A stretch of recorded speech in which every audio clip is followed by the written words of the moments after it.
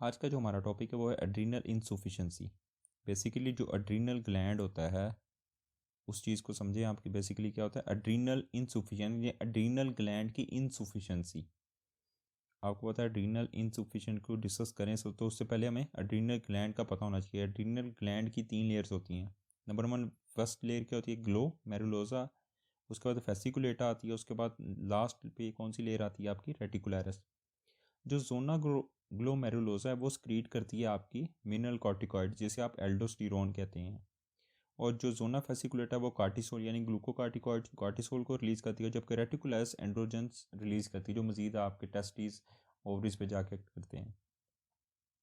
लेकिन टॉपिक हमारा क्या है, एड्रीनल इनसफिशिएंट। जो एड्रीनल ग्लैंड क्या प्रोड्यूस कर रहा है, जो अपने हार्मोन्स प्रोड्यूस कर रहा है, यानी एड्रीनल ग्लैंड काम ही नहीं कर रहा, जिसकी वजह से mineral corticoid cortisol hormones produce ही नहीं होते। इसको बोलते हैं एड्रीनल इनसफिशिएंसी। यानी मिनरल कॉर्टिकॉइड और कार्टिसोल प्रोड्यूस नहीं होते। क्यों? क्योंकि जो आपका एड्रीनल ग्लैंड है ये काम ही नहीं कर रहा।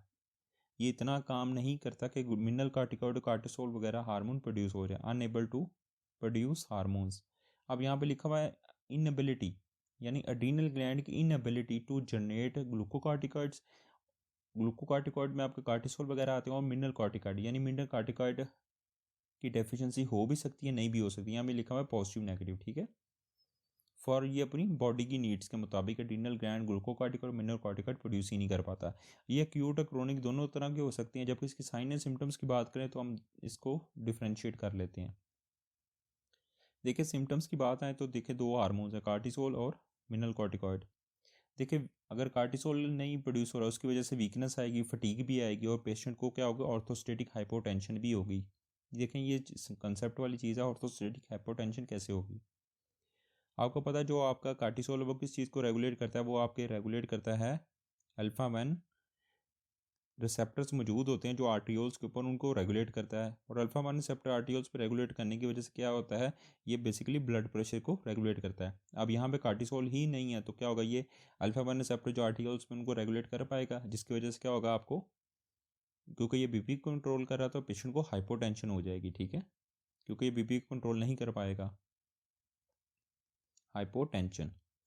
और उसके अलावा यहाँ पे इसका मसल एक्कीज होंगे, यानी मसल में पेन्स होगी, वेट लॉस होगा। आपको पता है ना कि वेट लॉस क्यों होगा, क्योंकि आपको जब मैंने आपको बताया था जब कार्टिसोल लेवल डिक्रीज होगा तो वेट लॉस होगा। और नॉर्मली जब मैंने आपको एक चीज़ बताई थी, कार्टिसोल का लेवल कुशिंग डिजीज़ में, कुशिंग सिंड्रोम में बढ़ रहा था, उसका मतलब क्या, उसमें वेट गेन हो रहा था, लेकिन यहाँ पे कार्टिसोल का लेवल डिक्रीज हो रहा है। अब दूसरा कार्टिसोल डिक्रीज होगा तो क्या आगे सिम्टम्स आएंगी, पेशेंट को हाइपोग्लाइसीमिया होगा। अगर कार्टिसोल का लेवल बढ़ जाए तो क्या होगा, हाइपरग्लाइसीमिया होता है। लेकिन यहाँ पे कार्टिसोल का लेवल डिक्रीज हो रहा है क्योंकि एड्रिनल ग्लैंड है, कार्टिसोल प्रोड्यूस ही नहीं कर पा रहा, जिसकी वजह से पेशेंट की क्या होगी, शुगर लो हो जाएगी। और इसके अलावा जीआईटी डिस्टर्बेंस होगी, और उसके अलावा साल्ट क्रेविंग होगी। जो साल्ट क्रेविंग है एल्डोस्टेरोन का इफेक्ट है। देखिए एल्डोस्टेरोन आपका कहाँ पे जाके एक्ट करता है, ये आपका बेसिकली क्या है, ये प्रिंसिपल सेल्स है। प्रिंसिपल सेल्स कहाँ पे होता है, किडनी के कलेक्टिंग डक्ट्स के पार्ट्स होते हैं, कलेक्टिंग ट्यूब्स। ये एल्डोस्टेरोन बेसिकली काम क्या करता है, ये प्रिंसिपल सेल में सोडियम की अब्जॉर्प्शन करवाता है और पोटाशियम और हाइड्रोजन आयन की एक्सक्रीशन बॉडी से करवा देता है। अब बेसिकली क्या होगा, एल्डोस्टेरोन तो प्रोड्यूस नहीं हो रहा, जिसकी वजह से सोडियम की अब्जॉर्प्शन होगी। तो ऑफकोर्स सोडियम की अब्जॉर्प्शन नहीं होती, बॉडी को क्या होगा, बॉडी के अंदर सॉल्ट कम होगा। सॉल्ट कम होने की वजह से पेशेंट को क्या होगा, सॉल्ट क्रेविंग की सिम्टम्स आएंगी। अब जहाँ पे इसके ट्रीटमेंट की बात करें तो जो भी ग्लूकोकॉर्टिकॉइड या मिनरल कॉर्टिकॉइड जो हार्मोन्स प्रोड्यूस नहीं हो रहे हैं तो उसमें क्या होगा, हम उसको रिप्लेस कर देंगे, ये वो हार्मोन हम बाहर से दे देंगे। ये थे हमारे पास एड्रीनल इनसफिशिएंसी।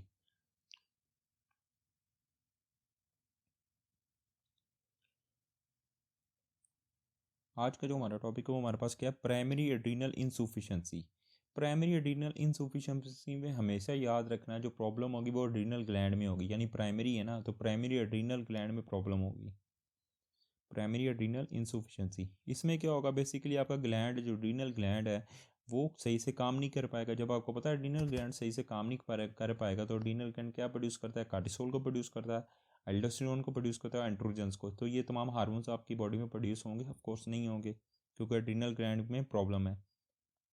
प्रॉब्लम कहाँ पे, आपके ग्लैंड में, यानी एड्रीनल ग्लैंड में।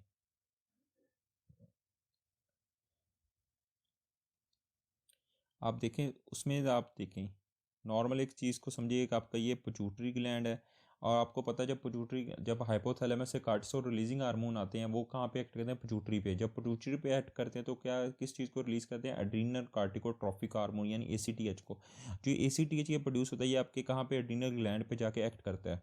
और यहाँ पे क्या बेसिकली यहाँ पे प्राइमरी एड्रीनल इंसफिशिएंसी में क्या है, बेसिकली एड्रीनल ग्लैंड की प्रॉब्लम है और उसकी वजह से ACTH तो ऊपर से आ रहा है लेकिन कार्टिसोल प्रोड्यूस नहीं हो पाएगा। जब कार्टिसोल प्रोड्यूस नहीं हो पाएगा ये नेगेटिव फीडबैक भेजेगा पिट्यूटरी ग्लैंड को और जिसकी वजह से ACTH की प्रोडक्शन ज़्यादा होगी यानी एड्रीनो कार्टिकोट्रोफिक हार्मोन की प्रोडक्शन ज़्यादा होगी। जब ACTH ज़्यादा प्रोड्यूस होगा ये नेगेटिव फीडबैक से तो इसके साथ क्या होगा, MSH भी यानी मिलानोसाइट स्टिमुलेटिंग हार्मोन भी ज़्यादा प्रोड्यूस होगा। और जब MSH यानी मिलानोसाइट स्टिमुलेटिंग हार्मोन भी ज़्यादा प्रोड्यूस होंगे तो क्या होगा, बॉडी में पिगमेंटेशन हो जाएगी। इसी वजह से प्राइमरी एड्रीनल इंसफिशिएंसी में क्या होता है, बॉडी में पिगमेंटेशन होती है जबकि सेकेंडरी और टर्शियरी में नहीं होती है। और जब इसकी लैब की इन्वेस्टिगेशन की तरफ आए तो इसमें ACTH का लेवल वो इंक्रीज़ होगा जबकि कॉर्टिसोल का लेवल डिक्रीज़ होगा, यानी कॉर्टिसोल डिक्रीज़ होगा लेकिन ACTH प्राइमरी एड्रीनल इंसफिशिएंसी में ACTH का लेवल इंक्रीज़ होता है। ठीक है, कैसे होता है वो मैंने आपको अभी बता दिया। अब बेसिकली यहाँ पे लिखा हुआ है प्राइमरी एड्रीनल इंसफिशिएंसी में क्या है, ग्लैंड के फंक्शन में प्रॉब्लम है जिसकी वजह से जो ग्लैंड क्या करेगा, adrenal gland cortisol aldosterone produce कर रहा था वो प्रोड्यूस नहीं होंगे, जिसकी वजह से कार्टिसोल एल्डोस्टेरोन प्रोड्यूस नहीं होंगे और उसकी वजह से हाइपोटेंशन होगी। देखें एल्डोस्टेरोन का फंक्शन को समझे पहले। एल्डोस्टेरोन बेसिकली क्या करता है, जो एड्रीनल ग्लैंड से प्रोड्यूस होता है ये आपकी किडनी को कलेक्टिंग जो डक्ट्स हैं वहाँ पे जाके एक्ट करता है, वहाँ पे प्रिंसिपल सेल्स होते हैं, वहाँ पे क्या करवाता है, प्रिंसिपल सेल्स के अंदर ये सोडियम की अब्जॉर्प्शन करवाता है एल्डोस्टेरोन। और उस सोडियम के अलावा अब्जॉर्प्शन करवाने का पोटाशियम और हाइड्रोजन की स्क्रीशन बॉडी से करवा देता है। लेकिन यहाँ पे देखें एल्डोस्टेरोन मौजूद नहीं है तो सोडियम की अब्जॉर्प्शन होगी, ऑफकोर्स बॉडी में सोडियम की अब्जॉर्प्शन नहीं होगी जब एल्डोस्टेरोन नहीं है। तो उसकी वजह से क्या होगा, कोई भी सोडियम की अब्जॉर्प्शन नहीं होगी और उसकी वजह से हाइपोनेट्रीमिया यानी low level of sodium, hyponatremia volumetric contraction होगी। ये गोल्ड स्टैंडर्ड है, जहाँ पे जिस तरफ सोडियम जाएगा वाटर भी उस तरफ जाएगा, क्योंकि सोडियम तो वो बॉडी प्रिंसिपल सेल बॉडी में आ नहीं रहा तो क्या होगा, तो वाटर भी बॉडी में नहीं आएगा, इसकी वजह से क्या होगा, ये बॉडी में पानी की कमी हो जाएगी और हाइपोनेट्रीमिया सोडियम की कमी हो जाएगी जिसकी वजह से हाइपोनेट्रीमिया वॉल्यूमेट्रिक कॉन्ट्रैक्शन होगी। और उसके अलावा जो नॉर्मल एल्डोस्टेरोन क्या कर रहा था, पोटाशियम और हाइड्रोजन को बॉडी से बाहर फेंक रहा था लेकिन यहाँ पे नहीं फेंक पाएगा, कोई काम नहीं कर रहा, जिसकी वजह से बॉडी में क्या होगा, पोटाशियम की बॉडी में ज़्यादती की वजह से हाइपरक्लीमिया हो जाएगा, पोटाशियम का लेवल बढ़ जाएगा और बॉडी में हाइड्रोजन बढ़ने की वजह से मेटाबॉलिक एसिडोसिस हो जाएगा। अब देखें लाइन बाय लाइन लिखें, हाइपोटेंशन क्यों हो रही है, हाइपोटेंशन मैंने बताया एल्डोस्टेरोन चल नहीं रहा, जब काम नहीं कर रहा तो क्या होगा, सोडियम की अब्जॉर्प्शन नहीं होगी, जब सोडियम की अब्जॉर्प्शन नहीं होगी तो वाटर भी नहीं आएगा, जब वाटर नहीं आएगा तो हाइपोटेंशन होगी जिसकी वजह से हाइपोनेट्रीमिक वॉल्यूम कंट्रक्शन होगी। ठीक है, और उसके अलावा हाइपरक्लीमिया और मेटाबॉलिक एसिडोसिस मैंने आपको बता दी, कोई एल्डोस्टेरोन नहीं काम कर रहा जिसकी बॉडी में हाइपरक्लीमिया मेटाबॉलिक एसिडोसिस होगा। अगर नॉर्मल बॉडी में एल्डोस्टेरोन काम कर रहा है तो हाइपरक्लीमिया और मेटाबॉलिक एसिडोसिस नहीं होता। स्किन और म्यूकोजल हाइपरपिगमेंटेशन क्यों हो रही है, क्योंकि आपकी बॉडी में ACTH का लेवल बढ़ रहा है। ACTH लेवल क्यों बढ़ रहा था, क्योंकि कार्टिसोल इसको नेगेटिव फीडबैक के जरिए यहाँ पे देखें नज़र आ रहा है, भेज रहा होता है मैसेज। जब ACTH बढ़ता है तो क्या होगा, मिलानोसाइट स्टिमुलेटिंग हार्मोन भी बढ़ता है और उसकी वजह से क्या होगा, बॉडी में पिगमेंटेशन आती है। क्यों, क्योंकि यहाँ पे लिखा हुआ इंक्रीज मेलानिन सिंथेसिस होती है। क्यों, किससे, मेलानोसाइट स्टिमुलेटिंग हार्मोन से, क्योंकि ये बाय प्रोडक्ट है प्रोपियम मिलानोकार्टन का। आपको पता ना POMC के दो प्रोडक्ट होते हैं, एक ACTH रेटिनोकार्टिकोट्रोफिक हार्मोन और melanocyte stimulating hormone. Primary pigmentation हमें स्किन और मिकोजा की नजर रखे, जबकि Edison disease, basically Edison disease क्या, ये एड्रीनल ग्लैंड की क्रोनिक इनसफिशेंसी को क्या बोलते हैं, हम एडिसन डिजीज़ बोलते हैं। इसमें बेसिकली क्या क्या होता है, जो एड्रीनल ग्लैंड है उसकी ट्रॉफी या उसकी डिस्ट्रक्शन या वो तबाह हो जाते हैं जिसकी वजह से कोई भी कार्टिसोल आपका कोई एल्डोस्टेरोन वगैरह प्रोड्यूस नहीं होती। और मोस्ट कॉमन जो डेवलप कंट्रीज़ होती हैं जैसे अमेरिका वगैरह, वहाँ पे इसकी जो एडिसन की कॉज होती है वो ऑटोइम्यून एड्रीन एड्रीनालाइटिस होती है। ठीक है, ऑटोइम्यून इसकी डिस्ट्रक्शन होती है एडिसन डिजीज़ की, एड्रीनलाइटिस यानी एड्रीनल ग्लैंड की इन्फ्लामेशन, ऑटोइम्यून उसकी इन्फ्लामेशन होती है। और सेकंड जो हमारे पास ये डेवलप्ड कंट्री में, जबकि डेवलपिंग कंट्रीज में हमारे पास क्या आता है, पाकिस्तान वगैरह इंडिया आता है, उसमें क्या होता है, TB होती है इसका सोर्स एडिसन डिजीज़ का, लो इनकम कंट्रीज़ जिसमें पाकिस्तान वगैरह आते हैं। अब मैंने आपको बता दिया एडिसन डिजीज़ ऑटोइम्यून डिस्ट्रक्शन किस में होती है, डेवलप कंट्री में, जबकि आपकी टीबी किस में काज होती है एडिसन डिजीज़ की, वो हो सकती है आपकी डेवलपिंग कंट्रीज़ में।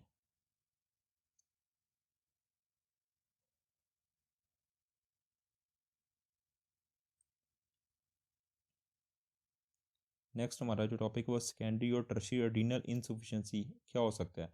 बेसिकली सेकेंडरी और टर्शियरी एड्रीनल इनसफिशिएंसी इसकी मेन कॉज क्या होती है आपकी, प्रॉब्लम कहाँ पे, पिट्यूटरी में होती है और हाइपोथैलेमस में।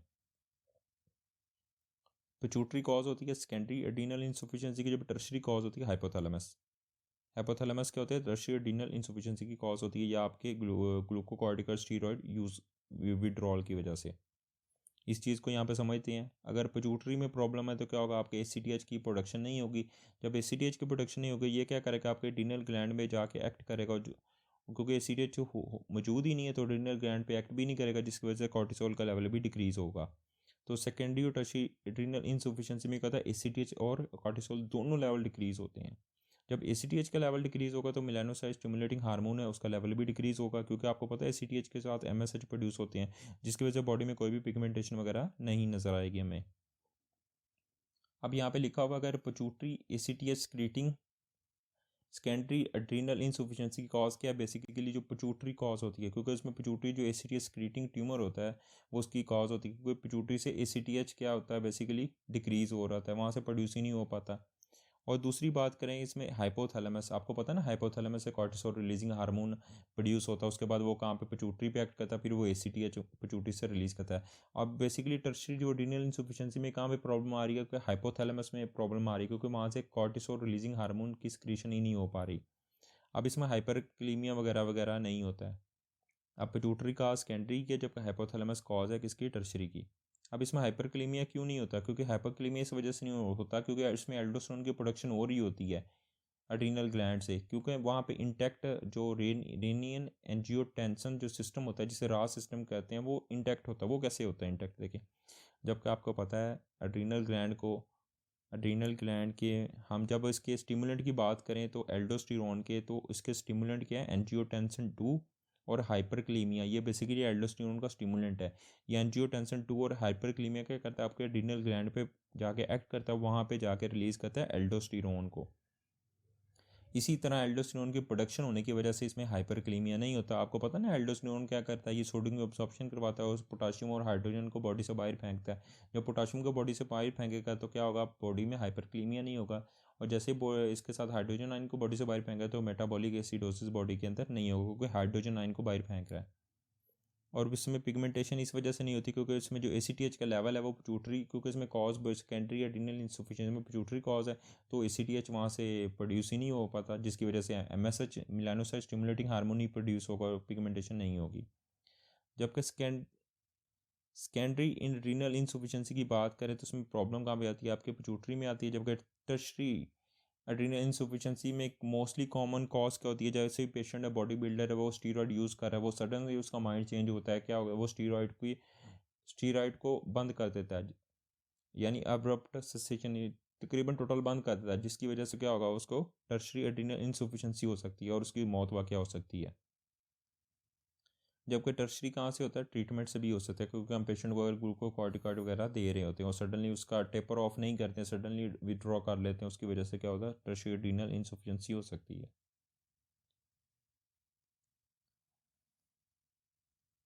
अब आज का हमारा टॉपिक है एक्यूट एड्रीनल इनसफिशिएंसी, यानी एड्रीनल इनसफिशिएंसी हो रही है लेकिन एक्यूट हो रही है। इसको एडिसोनियन क्राइसिस भी कहते हैं। ये बेसिकली एडिसोनियन क्राइसिस क्यों हो रहा है, एक पेशेंट, आपको जेन में रखें, एक पेशेंट है, उसको पहले ही एड्रीनल इनसफिशिएंसी है। अब पहले ही उस पेशेंट को एड्रीनल इनसफिशिएंसी थी तो क्या हुआ, स्ट्रेस की कंडीशन ऐसी पैदा हुई जिसमें क्या होगा, पेशेंट को इन्फेक्शन हो गया, बेचारे को पहले एड्रीनल इनसफिशिएंसी की बीमारी थी, उसको स्ट्रेस हुआ है, यानी उसको बीमारी होगी, इन्फेक्शन हो गया, जिसकी वजह से उसमें क्या होगा, ग्लूकोकॉर्टिकॉइड की मिकदार की रिक्वायरमेंट बढ़ जाती है और उस पेशेंट को क्या होता है, एक्यूट एड्रीनल इनसफिशिएंसी हो जाती है। इसमें बेसिकली क्या होता है, एक्यूट स्ट्रेस की कंडीशन होती है जिसमें ग्लूकोकॉर्टिकॉइड की पेशेंट की डिमांड बढ़ जाती है, वो किस में होती है, इन्फेक्शन वगैरह में बढ़ जाती है, और पेशेंट को पहले क्या था, उसको पहले ही एड्रीनल इनसफिशिएंसी थी।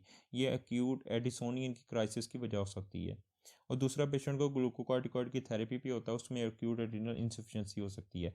इसमें अंदर पेशेंट को क्या होगा, अब्डोमिनल पेन हो सकती है, नोजिया वॉमिटिंग के साथ आ सकता है, और इसके अलावा क्या एडिसोनियन क्राइसिस में होगा पेशेंट का जो मेंटल स्टेटस है वो अल्टर्ड चेंज हो जाएगा और शॉक के सिम्टम्स आएंगे। जबकि सेकंड हमारे पास क्या है, सिनेरियो वेटर हॉज फ्रेडरिचिसन सिंड्रोम है। फ्रेडरिचिसन सिंड्रोम, इसमें बेसिकली क्या होता है, एक पेशेंट है उसको क्या मेनिंजोकोक्सीमिया का इन्फेक्शन हुआ है। जैसे उसको मेनिंजोकोक्सीमिया का इन्फेक्शन हुआ उसकी वजह से क्या होगा, उसके जो एड्रीनल ग्लैंड है दोनों एड्रीनल ग्लैंड का हेमरेज हो गया है। उसको बोलते हैं वेटर हॉज फ्रेडरिचिसन सिंड्रोम कहते हैं। एक पेशेंट है उसको बायलेटरल एड्रीनल हेमरेज क्यों हुआ, क्योंकि उसमें सेप्सिस हुआ है। सेप्सिस की वजह क्या थी, मेनिंजोकोक्सीमिया हुआ था, और जिसकी वजह से उस पेशेंट को क्या होगा, फीवर के सिम्टम्स, सेप्सिस और शॉक के सिम्टम्स आएंगे। ये कि हमारी क्या है, ये एक्यूट प्राइमरी एड्रीनल इंसफिशिएंसी की वजह है। उस पेशेंट को क्या हुआ, इसमें वाटर हॉज फ्रेडिचेसन सिंड्रोम में फीवर, सेप्सिस और शॉक के सिम्टम्स के साथ आया है। अब इस चीज़ को यहाँ पे समझे कि जो प्राइमरी एड्रीनल इंसफिशिएंसी है उसका हम चेक करते हैं, टेस्ट कौन से करते हैं, उसमें हम सुबह के टाइम उसमें कॉर्टिसोल का लेवल चेक करते हैं और एसीटीएच स्टिमुलेशन टेस्ट करवाते हैं। चेक एएम कॉर्टिसोल लेवल और एसीटीएच स्टिमुलेशन टेस्ट, जिसमें क्या होगा, उसका जो एएम का कॉर्टिसोल लेवल है वो डिक्रीज़ होता है। उसके अलावा क्या होता है, पी कॉर्टिसोल लेवल है वो भी डिक्रीज़ होता है स्टिमुलेशन टेस्ट में। और उसके अलावा हम उसके एसीटीएच का लेवल रैंडमली मेजर करते हैं। अगर देखें प्राइमरी एड्रीनल इंसफिशिएंसी में एसीटीएच का लेवल बढ़ा हुआ होगा, ये पॉइंट है आपका, हैंडी पॉइंट है। उसमें कॉर्टिसोल का लेवल डिक्रीज़ होगा लेकिन एसीटीएच का लेवल बढ़ा हुआ होगा। कॉर्टिसोल का क्या करेगा, नेगेटिव फीडबैक भेजता है जिसकी वजह से एसीटीएच का लेवल बढ़ता है। जबकि सेकेंडरी टर्शियरी एड्रीनल इंसफिशिएंसी में क्या होगा, जो एसीटीएच का लेवल है वो डिक्रीज़ हुआ होता है। उसमें कॉर्टिसोल का लेवल भी डिक्रीज़ होता है और एसीटीएच का लेवल भी डिक्रीज़ हुआ होता है। इस तरह हम प्राइमरी सेकेंडरी एड्रीनल इंसफिशिएंसी को डिफरेंशिएट करते हैं।